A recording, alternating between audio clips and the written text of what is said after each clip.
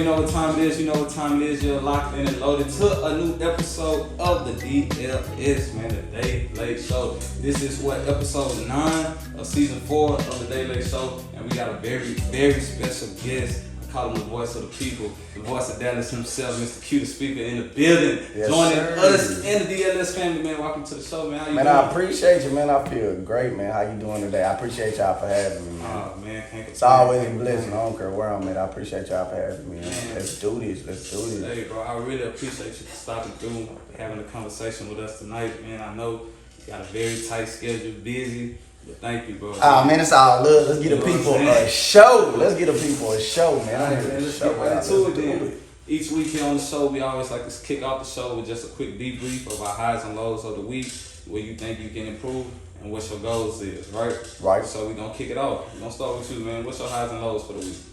Honestly, man, my high of the week, I would have to say, is actually being thankful. That'll be my high for the week, man. Okay. I got a reminder on my phone, right? Okay. I ask God to do me 2 things every day. And I'm not really into the Bible. I didn't grow up into a religious family. Of course, we went to church every now and again, believe in God, but like we wasn't in a church every Sunday family. So lately, my main thing has been when I wake up in the morning, before I even try to complain, the first thing I do is say thank you, because I could be dead. Then number 2, every day I make it home, I say thank you again. Because everybody who wake up in the morning don't necessarily make it home. So it's always a blessing to even make it home. And then my low for the week, honestly, would have to be still working on my attitude every day in and day out. Still trying to figure out how I can get better as a person. And I don't want Q or Lil Q or Q Money from what people used to know me as and Q the speaker to be 2 different people. I need me to be one person. And that's what I work on every day. I don't want to be Lil Q and then I'm Q the speaker. Right. I need to be Quentin Hall, who's Q the speaker, right. which is Lil Q or was once Q Money, but it's all one person now. Right. That's my low for the week for sure. Okay. I'm always working on bettering myself. Okay.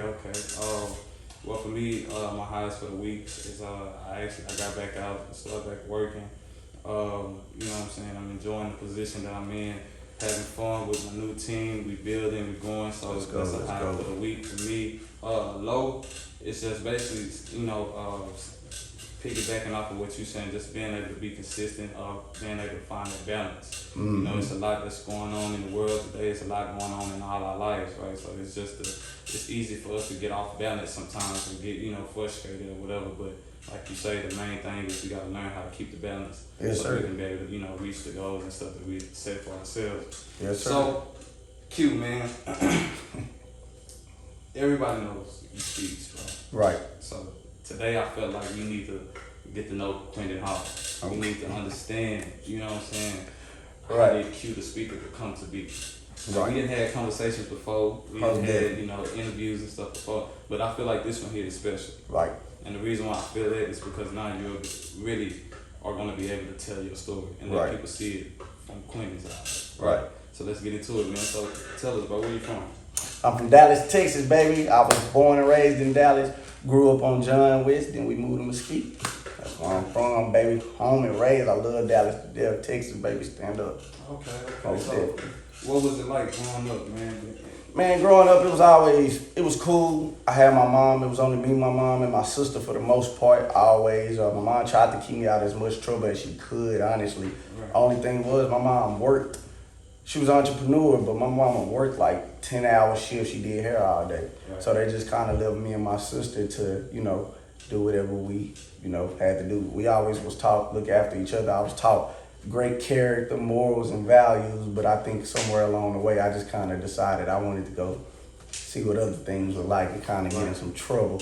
Right. So I did a lot of dumb things growing up, fighting, amongst a lot of things, not to get into, but I made my own decisions. None of that had anything to do with how I was raised. I was raised on great foundation. I just kind of branched off and did my own thing at a point. Okay, I see that you spoke a lot about your mother. Mm-hmm. So can you just explain to us, like, what was that influence like having a strong, independent woman like your mother? Man, it was great for me. I feel like because growing up in a house with no father and being in the hood, man, a lot of people don't prosper from that. Right. So to have a woman at that to come in and instill some rules and a foundation and morals and values, that's why I said, man, my childhood was great. I loved it. Like, I ain't gonna lie, I was scared of my mom. Yeah. I'm not gonna lie. I tried to sneak around her. I did a lot of dumb stuff, but I never wanted it to get back to her. Right. Because like I really respected her and I valued everything that she said. Like I said, it had nothing to do with who she was as a person or the things that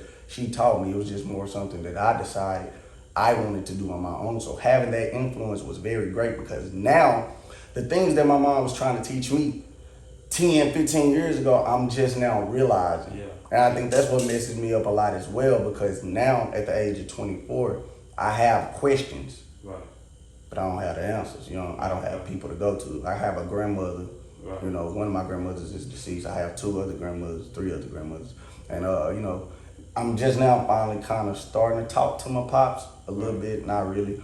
So for the most part, everybody in the world can tell y'all it's going to be okay. But when you hear it from your mother, it's like, hey, son, it's something different. And now that I have questions, I don't really get to get the answer. So a large portion of my life now is all about drawing conclusions.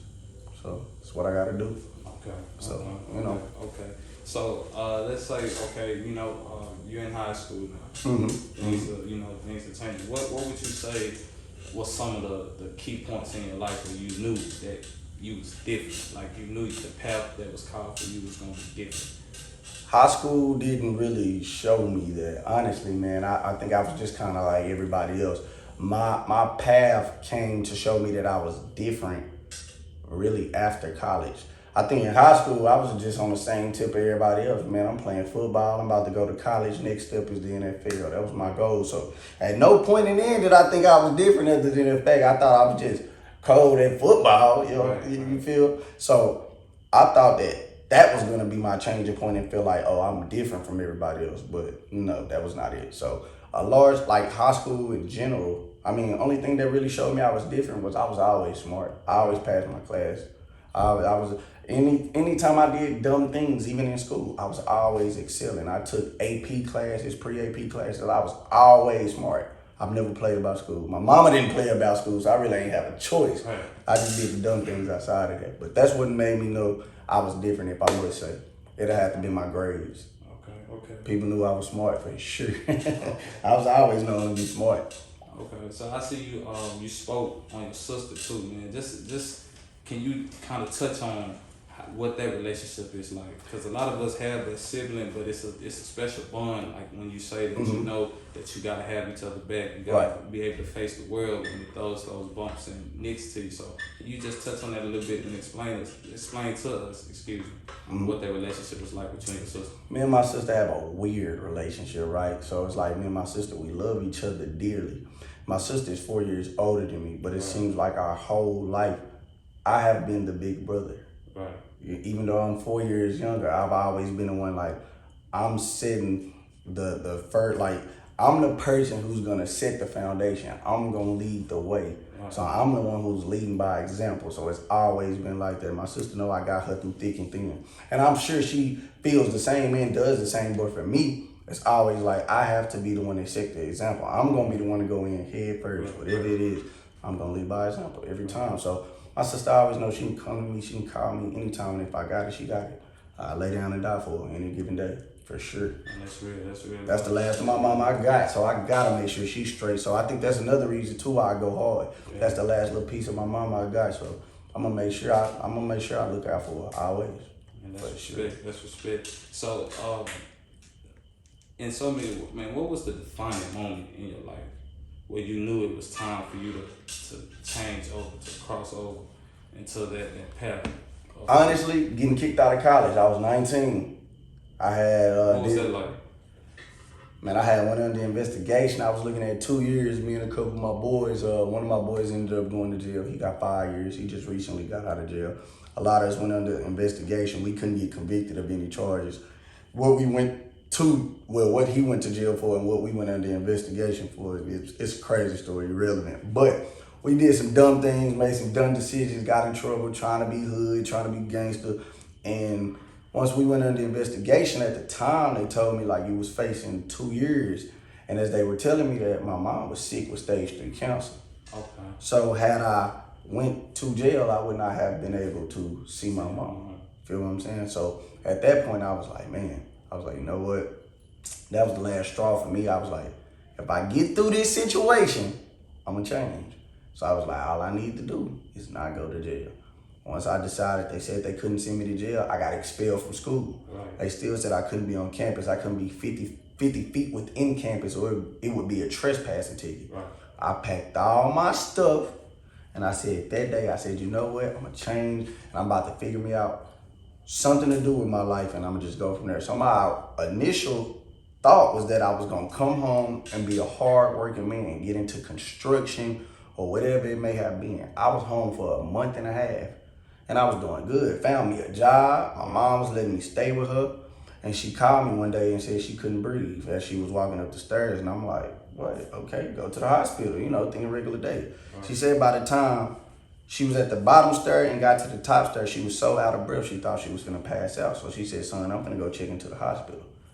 I'm just thinking, okay, well, cool. Do what you do. Because you think cancer, but you don't think having some, I can't breathe. So it was kind of like, okay, that was kind of weird. But the cancer ended up spreading to her lungs. So my mom had breast cancer, stage 3 breast cancer called HER2 breast cancer, which is an intensive cancer that a small percentage of women get, and it spread so rapidly throughout her body, it ended up giving her lung cancer and like 4 brain tumors. Yeah, I lost my auntie to it. Yes, sir. Yes, sir. So my mom ended up, she checked into the hospital, and she was supposed to come home in 3 days. She died in like a week. And at that point, I was like, man, I gotta do something. So that's really what started the change. It was the college thing. That's what really started my initial change. But once my mother passed away, I was like, man, I gotta change completely. I gotta do something. And I no longer wanted to be regular. I was no longer cool with just working in construction or whatever I wanted to do beforehand. I wasn't cool with that no more. I was like, nah, I gotta do something. I gotta change my family legacy. So that's what I was on. Okay. So, man, I see you brought a special gift, to the show. Man, let's talk about it, man. Please introduce us to the book, man. This is The Poison Dreamer, a book I released 1 year ago. I'm working on my 3rd sellout. This book has sold out twice. So this is a book. And a lot of people think when they look at this book, first off, let me explain to you, The Poison Dreamer. So basically, poison taints something, right? So I feel like as we all grew up and we're young, me and you just kind of had a conversation about this early. We're dreamers. Right. And you say to yourself, man, when I get 25, I'm going to be in the league. My mom going to have this nice car and this nice house, and I'm going to take care of my whole family. And somewhere along the way, you kind of lose sight of that. Yeah. So you get poisoned, you get tainted somewhere along the way. And for some people, whether you had a child young, went to jail, maybe your career didn't work out, you switched your career 3 and 4 times, it taints you. And somewhere along the way, whatever happens to people, you lose a loved one, you go through a harsh relationship, breakup, depression, you lose sight of what you once wanted to be, and you kind of just give up on it. So I named it The Poison Dreamer.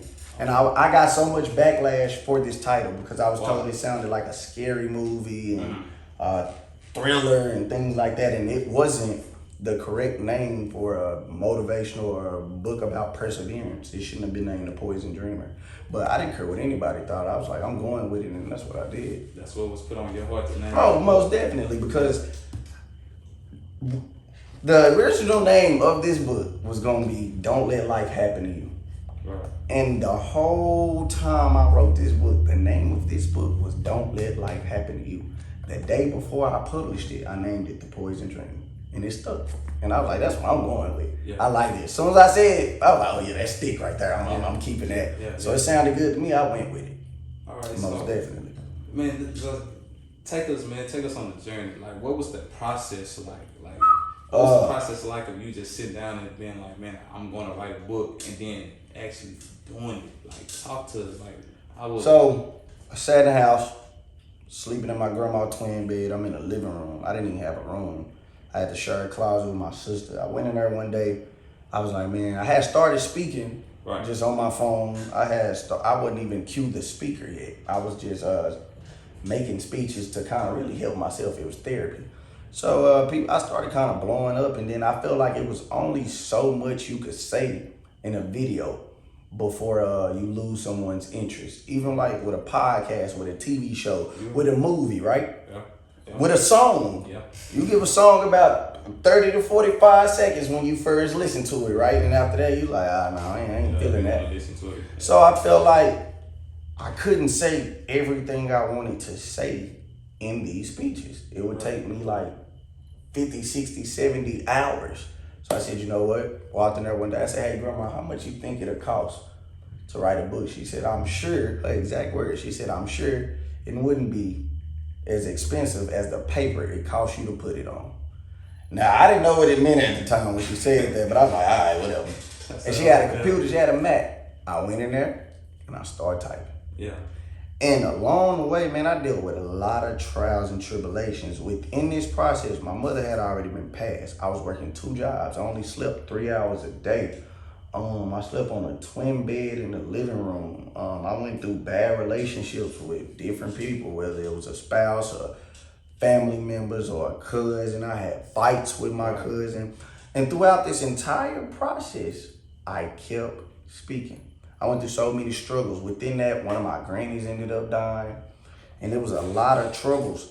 This book took me 3.5 years to write. This book probably only took a month to 6 months and ended up taking me 3 years.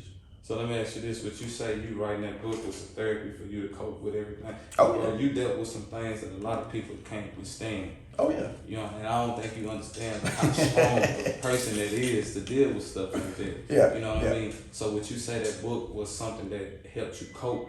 Oh, most definitely. Most definitely. It was to the point, like I said, I would date women. I would get into it with my cousins. I would go through different trials and tribulations, and I would put it in the book. Right. And once I snapped out of it and I would go back and read it, I was like, this has nothing to do with motivation. At one point, I'm like, don't trust people. People not for you. And I'm like, I go back and read it, and I'm like, you trying to make a diary or a book. Yeah. And I had to take all of it out. Like, none of it helped. It had nothing to do with helping others. So it was therapy for me, but at the same time of it being therapy for me, I wanted it to also help others, which brings me to my next point. A lot of people feel like when they hear, oh, so The Poison Dreamer is about Clinton Hall, the cutest speaker. No, this is not an autobiography because I'm not rich. I'm not famous. I'm not Lil Wayne. I'm not Gucci Man. So my book is about helping others overcome their hard times. Right. And when people say, it's impossible or I can't do that, I say, well, let me show you how I did it. Right. So I include myself in the book. I incorporate. Like I guide people, and I use myself as the examples instead of other people. Right. That's what I do. So when people say, man, you can't overcome your mother's death, I'm like, well, here's how I did it. Right. Just because it worked for me, I'm not necessarily saying that it'll work for you, but maybe you can pull bits and pieces of the gems that I'm going to give you in this book and apply it to your situation. Yeah. And that's how I went about that. Okay. So let me ask you, man.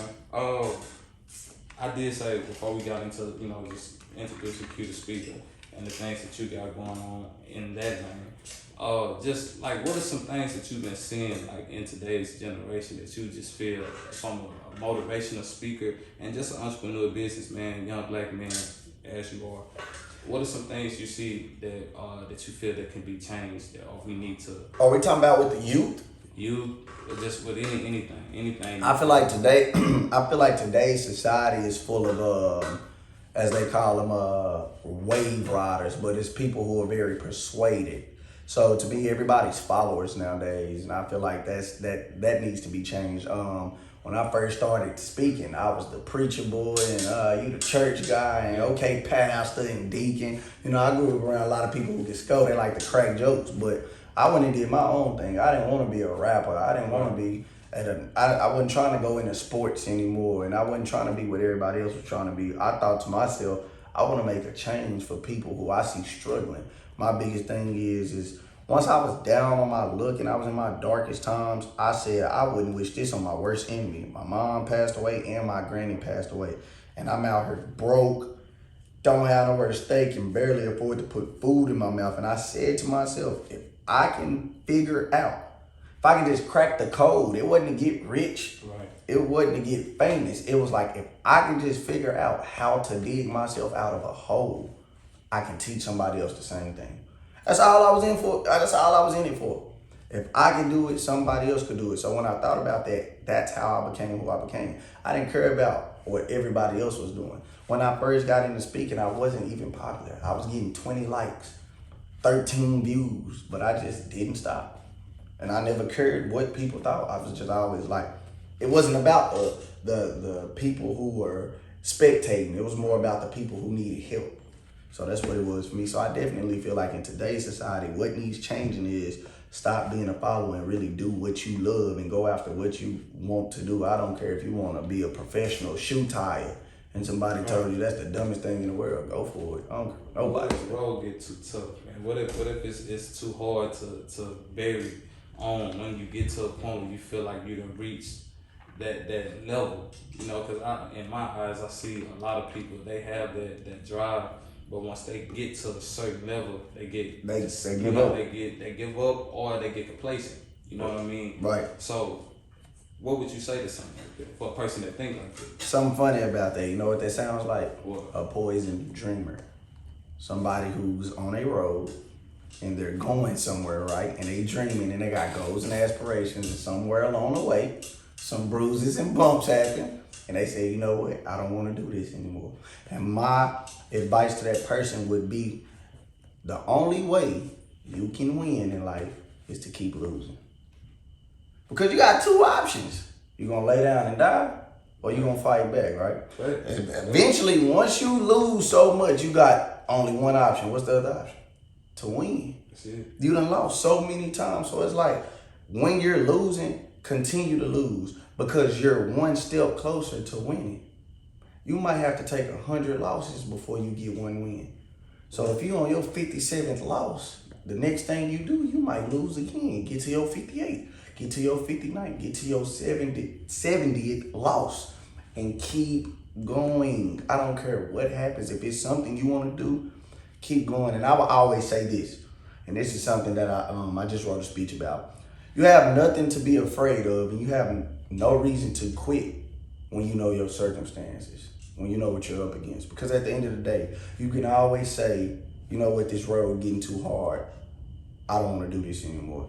But I always think about where you come from in a whole, from the struggle, from the hood, from the job you done worked, from whatever. If you've been on Section 8 to the broken relationships you've been, think about where you've came from. Think about your lowest moments, like right now.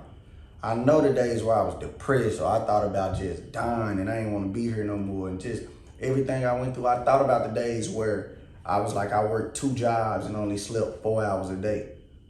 Is that easier than chasing my dream? By any day, I'd rather chase my dream than go back to sleeping in my grandma's living room. So when I think about that, I'm like, bro, I gotta keep going. I don't care what happened, how hard that road get. If you know your previous circumstances were more harsh, go with your current road that you on. Feel what I'm saying? I feel that. I don't care how many people tell me, oh, well, Cuter Speaker, we didn't think you was good, or Cuter Speaker, you didn't move the kids how we thought, or Cuter Speaker, we don't think you're qualified enough to come speak to these group of young men or these group of young women. But don't none of that amount to that day I sat on the side of that hospital bed and watched my mama foam from the mouth. So it's like, I don't care what nobody say. That was my hardest day.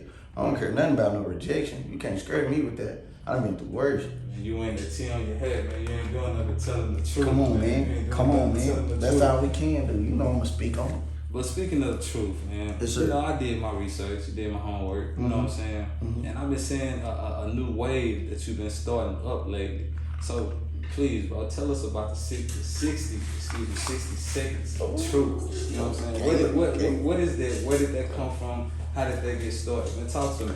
Okay, I like how you did the research on me. Okay. So 60 seconds of truth. Basically, let me tell you where it came from first. I went and took a class. Right. And I got certified by Eric Thomas to be a professional certified public speaker. And in this class, they told me to do everything like very professional. Right. You want to have somebody edit your videos. You need to record your videos with a good camera, and you need everything. You need to get B-roll footage. You need to make sure your lighting's right. And I got so stuck in that I would go weeks without making motivational videos, and people would say, "Where you at, Q?" And I was so into like everything gotta look right, it gotta be perfect, it gotta be this, it gotta be that. And then after talking to one of my boys one day, he like, "So you just gonna say screw the people or forget about the people because you want everything to be perfect?" He was like, people still, even though you trying to get this B-roll footage and all these edits together, people still struggling out here. People still need your help. And whether I believe it or not, and still to this day, I don't believe it sometimes. People really listening for my words. Like, people really want to know what I have to say. So I said, you know what? You're right. So I said, you know what? I want to tell somebody the truth about what's going on. Just like that. Like, you don't need this B-roll footage all the time and all these edits. And I said, I'm going to do it in 60 seconds. Because, once again, what we talk about, if it's a movie, if it's a song, honestly, you have about 30 to 45 seconds to catch somebody's attention. So I said, you know what? I'm going to rap. I'm going to sum everything up in 60 seconds, and I'm going to tell somebody the absolute truth. I actually got one coming out soon. I'm about to drop another one for people. But can we get a sneak peek? I'm just saying. No, go ahead, man. No. Tune in on Cuter Speaker's page, and y'all will definitely see that 60 seconds. Most definitely. All right, so man, you spoke about the certificate that you received for completing the Eric Thomas training, right? What? So can you please explain the journey and how it was like, going through the Eric Thomas Speaker Academy? Man, Eric Thomas Academy was tough. That was one of the hardest things. I was proud of myself, but I had a lot of mad days in there. It's this lady, her name is Valerie. I call her Aunt Val, Valerie Humphrey. I love that lady to death. Aunt Val, Coach Val, whatever people want to call her. That lady taught me so much. When I got into speaking, when I got into Eric Thomas school and program, I was already 3 years into speaking. Right. My name was already buzzing in Dallas. I had already released my book. I had already been sold out, one complete order of my book. So when I get into the program, I'm cocky. Right. Y'all can't tell me nothing. I'm already being told by the people at the crib in the city, like, hey, Q, you the hottest out. And I got in the program and was told I sucked. Hey, you do not know how to speak. Hey, you yell too much. You talk too loud. You talk too fast. Your mouth get too dry. You don't know when to say this. You don't have this crescendo. You need to speak like this. They the ones who taught me you have to break a story down in 60 seconds because people don't want. That's how I learned it. Yeah. I can tell you my whole life in 60 seconds. Yeah. Because I practiced it. For 6 months straight, I practiced that. And that was tough for me.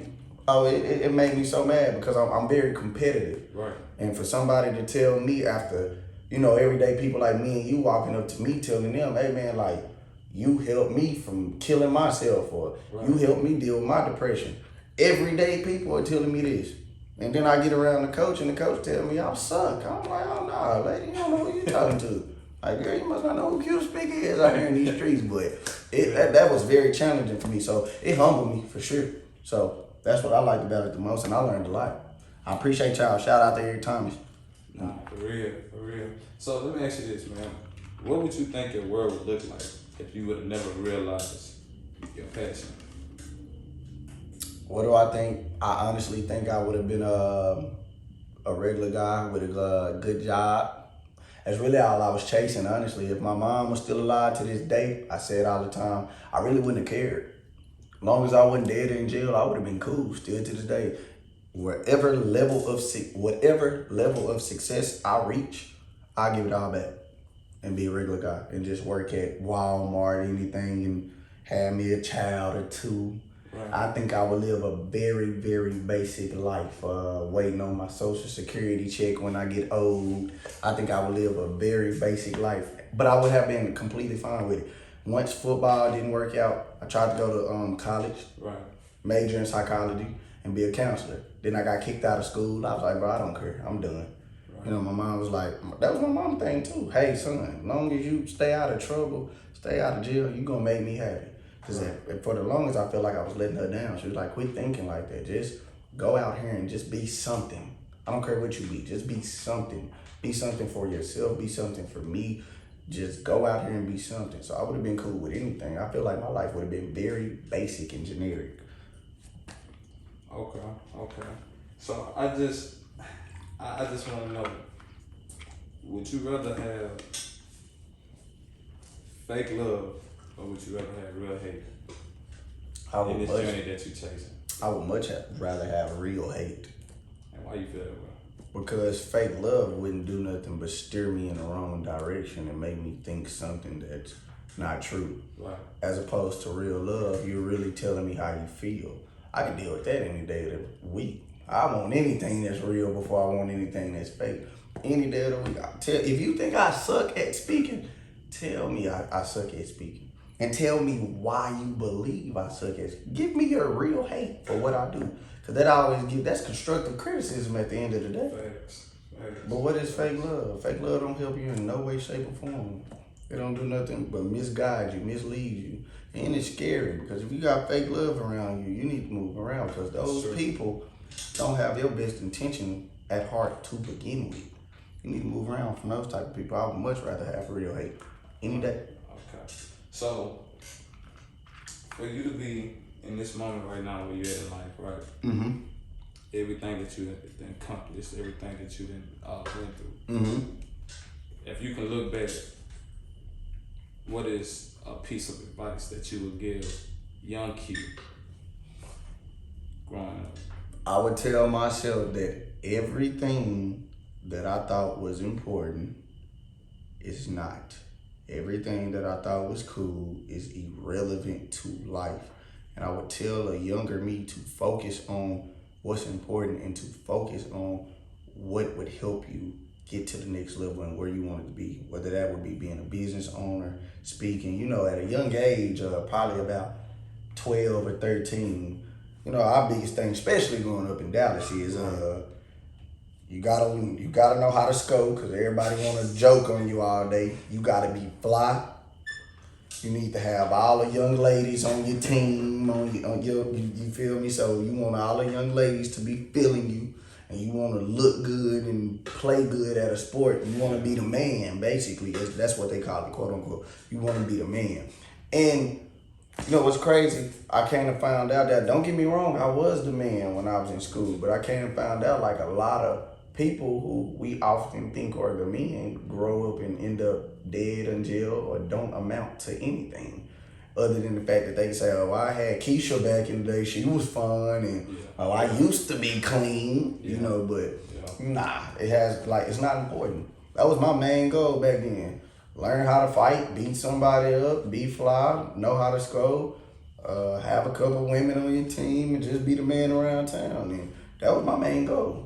That was my main thing, to be known. I was like, I want everybody to know who Lil Q is. That's when I was Lil Q. Yeah. Lil Q had to be known. So, I would tell myself, none of that matters. And it won't help you amount to anything in life. So, it's irrelevant, honestly.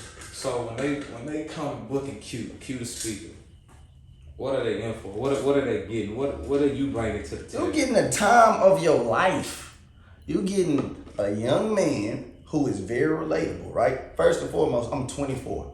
Right. That's first and foremost. A lot of speakers that you're gonna see are gonna be of age most of the time, 30 plus.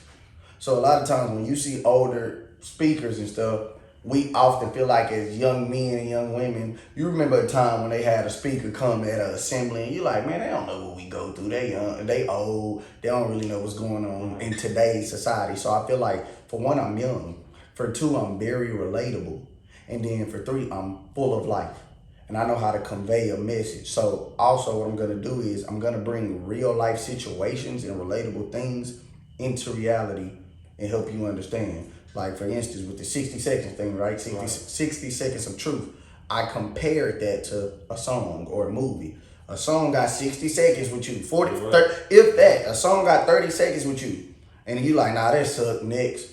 Then one day you might go back to it and say, let me give it 45 seconds. Let me give it a minute. Let me see what the first minute of the song like. Yeah. So how you can be like, man, I understand that. I do the same thing with speaking. I'm going to break down something into the simplest form.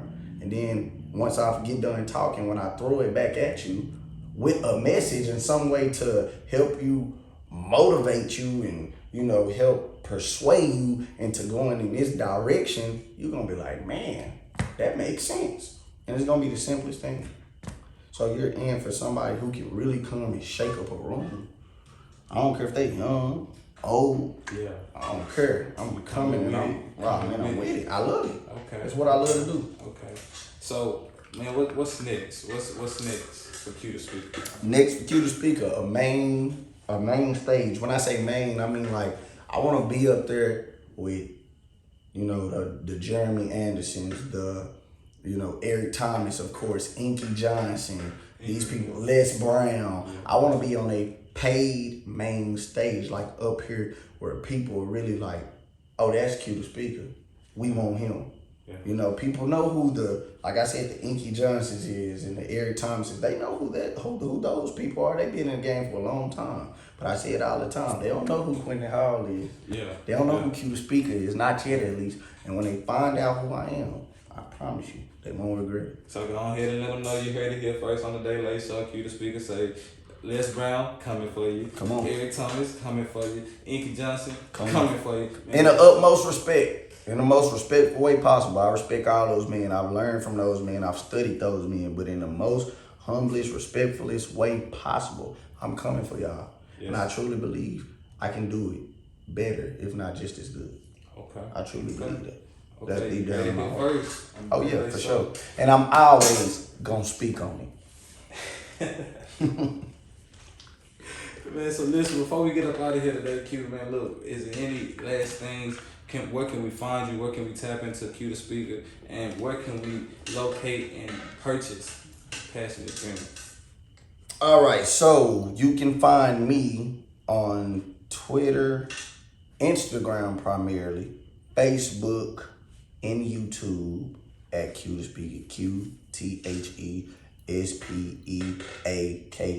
Q the Speaker. That's everywhere. Doesn't matter where you type it in at, I will pop up. You can go to Google and type in Q the Speaker and you'll find me. You can find the Poison Dreamer on Amazon as well. And I also sell the Poison Dreamer myself because it kind of gives me more of a thrill. So you can always DM me and get that book. I get more of a thrill by signing the book, meeting you, shaking your hand, giving you a hug. And you telling me a little bit about yourself, me telling you a little bit about myself, and that's kind of relating on a more personal level. I feel like that, for me, that makes the book not just about business, and it's not just one of those things you're buying a book and give me your money type of deal. It's more of a like, I really love people. I really love to help. So when people tell me, hey, bro, this is what I've been through, and I've been watching you, and I've seen how far you came, man, it made me smile every time because people are really... Even when you think they're not, people are truly watching you. So the Poison Dreamer is on Amazon, and you can also purchase the book through me. So either way, and you can find me again on all social medias at Q the Speaker, most definitely. Okay. And let me correct myself. I messed up earlier. Excuse me. I said the Passionate Dreamer. It's the Poison Dreamer. Yes, sir. The Poison Dreamer. So we gonna get that correct. But man, again, Q, thank you so much, bro, for blessing us coming through, man. Thank y'all for blessing me, bro. Show and the DLS family. Hey man, before we get up out of here, again, we just want to give a special shout out to all our sponsors: Never Not Real, Hardest of Hoodies, Yvette Photography, the Pretty Penny Playhouse, and the Pretty Penny Meeks. Who else am I forgetting? Royalty Clothing, Wavy Custom, and C Justice Productions. Man, without you guys, the show wouldn't be what it is. So again, thank you guys so much for all that you do for the show. And Q, again, man, I surely appreciate you, bro, from stopping through and just having quick conversations with us, letting us get to know Q, Quentin Hall behind the scenes, man. Yes, thank sir. you again. Hey, yes, sir. We have been locked and loaded to a new episode of the DLS, the Day Late Show. Hey, man, we'll see y'all when we see y'all. I'm going to speak on it.